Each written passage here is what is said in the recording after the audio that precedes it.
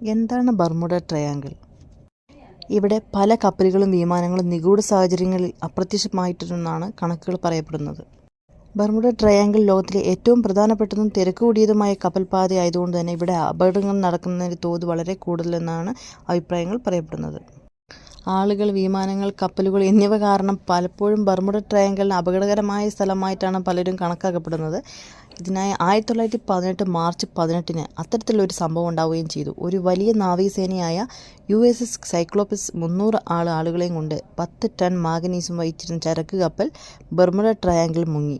ജീവനക്കാരൊരിക്കലും സഹായത്തിനായി വിളിച്ചില്ല. കപ്പലിൻ്റെ അവശിഷ്ടങ്ങൾ ഒരിക്കലും കണ്ടെത്തിയിട്ടുമില്ല. അതുപോലെ 1920 ഓഗസ്റ്റിൽ 11 ക്രൂ അംഗങ്ങൾ കരോൾ എ റീഡിംഗ് എന്ന കപ്പലിൽ യാത്ര തിരിച്ചു. തെക്കേ അമേരിക്കയിലുള്ള ഈ നീണ്ട യാത്രയ്ക്കായി അവർ മെയിൻ വിട്ടു.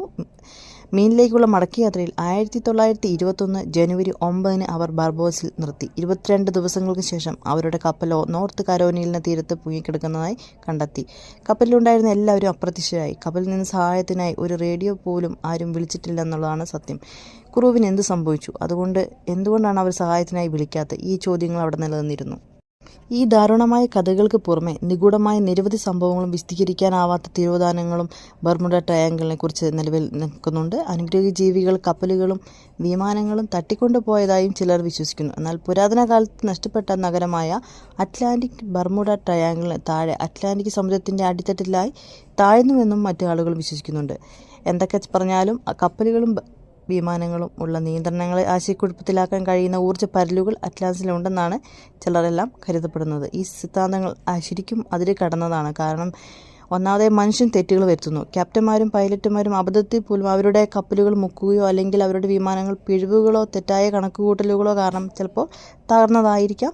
രണ്ടാമതായി ബർമുഡ ട്രയാങ്കിൾ പലപ്പോഴും വിചിത്രമായ കാലാവസ്ഥ പാറ്റേണുകളുണ്ട്. ശക്തവും അപകടകരമായ കൊടുങ്കാറ്റുകൾ ദുരന്തങ്ങൾക്ക് കാരണമാകാം. കൂടാതെ കോമ്പസുകൾ പലപ്പോഴും കാന്തിക ഉത്തരത്തേക്കാൾ ഉത്തരധ്രുവത്തിലേക്ക് നേരിട്ട് ചൂണ്ടിക്കാണിക്കുന്നതിനാൽ അത് ബർമുഡ ട്രയാങ്കിളിലെ വിമാനങ്ങളെയും ബോട്ടുകളെയും ആശയക്കുഴപ്പത്തിലായിരിക്കാം എന്നും അറിയപ്പെടുന്നു. ഈ കാന്തിക ശക്തികൾ വിമാനങ്ങളുടെയും കപ്പലുകളുടെയും നിയന്ത്രണങ്ങളെയും റേഡിയോകളെയും തടസ്സപ്പെടുത്തുകയും അവ തകരുകയും മുങ്ങുകയോ ചെയ്യുമെന്നും ചില ശാസ്ത്രജ്ഞന്മാർ വിശ്വസിക്കുന്നു.